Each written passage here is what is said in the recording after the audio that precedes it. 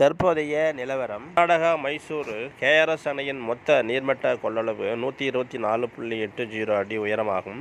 தற்போது 123.34 அடி வரை தண்ணீர் தேக்கி வைக்கப்பட்டுள்ளது. இந்த அணைக்கு வினாடிக்கு 1,17,066 கனஅடி தண்ணீர் வந்து கொண்டிருக்கிறது. இதனால் அணையின் பாதுகாப்பு கருதி அணைக்கு வரும் தண்ணீர் அப்படியே காவிரி ஆற்றில் திறந்து விடப்பட்டுள்ளது.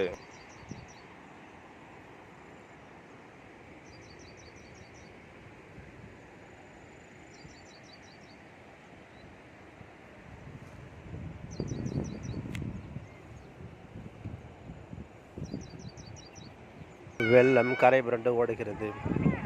நீர்வரத்து அதிகரிப்பு காரணமாக மேட்டூர் அணையில் இருந்து நீரை அமைச்சர் கே. நேரு திறந்து வைத்தார்.